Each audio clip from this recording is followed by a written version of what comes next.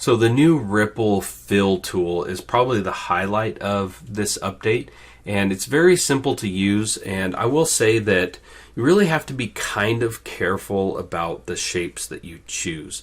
So really kind of how this works is it ripples from wherever the point is that you put.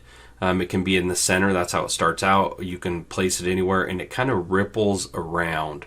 And it goes from the middle all the way to the edges. And just show you what I mean, I'll select this. This is just a piece of artwork you can see here. And I'm going to come down here to the bottom, and I will click on Ripple Fill. And it's going to automatically fill it with the stitches. So if we do a slow redraw, you'll see that it's going to start right here. And it's just going to go around to fill that shape. And some shapes are going to work a lot better than others. And like I said, this one works great. You don't see any hard edges or anything like that. But I can click on the edit feature right here, which is the same as hitting shape edit right here. And I can change this point, and it will ripple out from here. And you can see that by doing that, it's not in the center anymore. So it's going to look a little bit darker right here than up here, because it's going to fill in a circle motion here. So there's the same number of stitches from here to here as from here to here. So it's not going to remove any stitches or try to just fill the area with a defined width between. It's going to just ripple around and fill the whole area in one sequence. So it's going to keep it continuous. So let me come back here and I'll hit undo, and we'll just keep it right here for right now. And now I'll come over here to this butterfly shape. So this butterfly is a little bit different. Okay, so it's not a circle. So the way that the software is going to treat it is a little different, but that's okay, because you can create some kind of dimension to an object like this. And just so you know, this is just a custom shape that I pulled out from custom shapes here, and I just chose that butterfly right there. I'll select it and I'll hit Ripple Fill, and you'll notice that now you can kind of see these little lines here, and that's just for the ripple effect. But like I said, it's not necessarily a bad thing, because it's adding dimension to this butterfly, and you didn't really have to do anything to get it other than just choose that option. So let me go ahead and select it.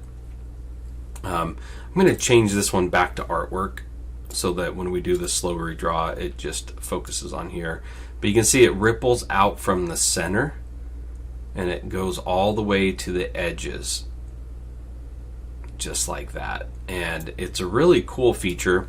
I actually like it on something like a butterfly. You can actually see some of this online now, where people are using a stitch effect like this to create some dimension. So this was where the original origin point is. If I click and drag it down here, right mouse click, you can see that it changes that. So it gives you a little bit different of a perspective here. It kind of changes the way it looks, and if I come up even higher here, it's going to really change the look of it. And so you can play around with that. And also, if I select it, always make sure you take a look over here. You have like stitch length and you have density. So if I change this to a 3, you're going to see more. From a 2 to a 3, you're going to see more space in between here. So you might want to do that a little bit. And also the stitch length, you can do some different things. And you have different styles here of a double run, a bean, a half bean, and a motif. So you can do those things as well. If I choose motif, I'm going to have to be a little bit careful here, because it could get pretty dense, right? So you can see that that is way too close together. So your density, you would have to really change. If I did it to a 6, you can see it's going to fill, but it's still going to be pretty dense there. If I choose a 10, you can see you can create that effect. It'll work better for certain things, like maybe a circle or an oval, For this butterfly, not so much, but you have those options there. The other thing that you have, let me bring this back down, I'll put it to something like a 4 here, is you have the number of repeats, repeat swing, and repeat offset. So let's just take a look at what this is. So this is the standard, it just goes all the way to the edge there. If I select this now and I choose 2 repeats and hit apply, let's take a look at what this does. It goes all the way out and then it comes all the way back in. So it's a double run. It's just repeating it twice. Okay, and so when you have the 1 repeat, I've noticed that you can change, some of these if you want, repeat swing, repeat offset, but it's not going to really do anything. So if I choose a 2 and I hit apply, nothing changes. If I choose a 6 here, you don't see any changes. But when I change this to a 2 and hit apply, you're going to start seeing some changes, and all it has to do with these settings here. So if I do like a 0.4 for the swing, you'll see that what that's affecting is this little line in here. It's going to make it a little bit more jagged. So you have to be really careful with this. And the reason is because just how much of a swing it will put on there. So if I change this to like a 0.2, you're going to see that that swing is a lot less, but this will help you achieve kind of more of a distressed look, if you will. And you can see that the higher you go, the more it does it. So you can create some unique effects this way. I've found that I like about a 0.3 or so. And then the repeat offset, when you do this, it's just working with the offset of these stitches. So it just affects it a little bit that you'll be able to see as you change it around. You'll just see if I hit up or apply, it's going to change like the position of the offsets, and that's basically what it does. Some of the other things that I didn't mention here, if I come back to a 1 and hit apply, is that you do have the ability to do gradients as well. So I can come in here and do linear increasing, and so it's going to increase in density. So you can see it's lighter here and it gets closer together as it gets to the edge. If I do decreasing, linear decreasing, it'll do the opposite. It'll be further apart here and get closer together. And you'll see this more if I put this down to maybe a 2 millimeter. You can kind of see that a little bit better.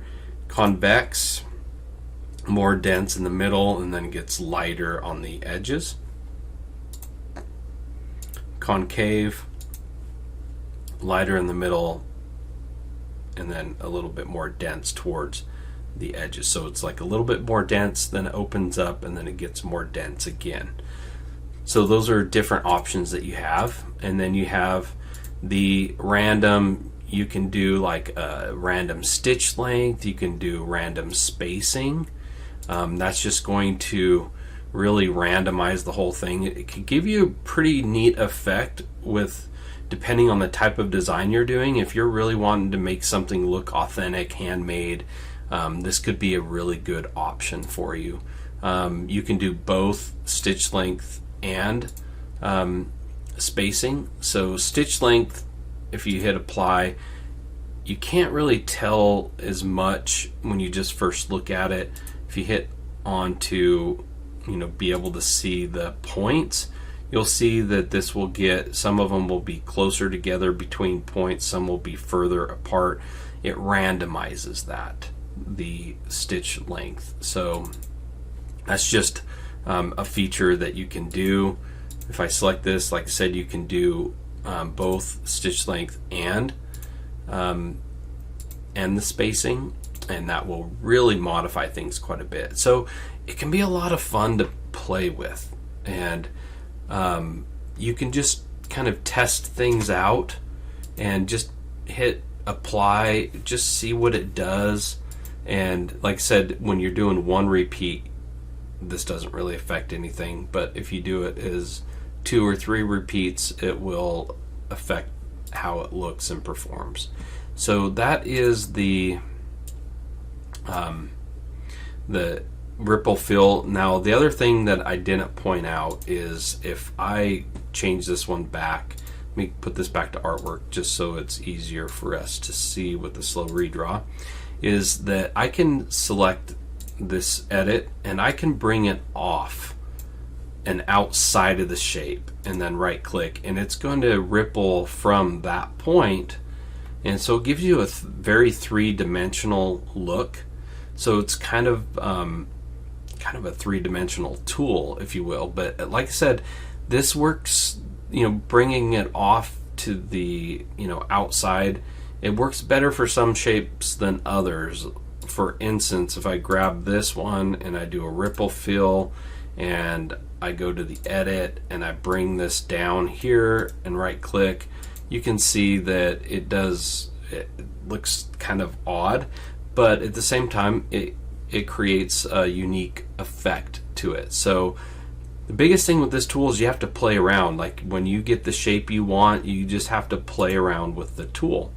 And one of the things that I've found that I enjoy with this is actually taking something like it and I'll do a copy and a paste and I'll change the color of it. Maybe I'll change it to a lighter color, and maybe for this one I'll change the density, make it a little bit lighter. Like if that one was 2 and I put this one at 4 and hit apply, what you're gonna see is kind of a gradient style to this, where the distance for the dark purple is at 2, this one's at 4, and if I change this even to like a 3.5 and hit apply, you're going to really see a lot more of that darker purple. It was kind of hiding under the lighter purple, but you can see that you can create some pretty unique looks by copying and pasting one color over the other and just doing something as simple as changing the density of one of them, making it a little bit different so that it kind of appears to be able to see both colors.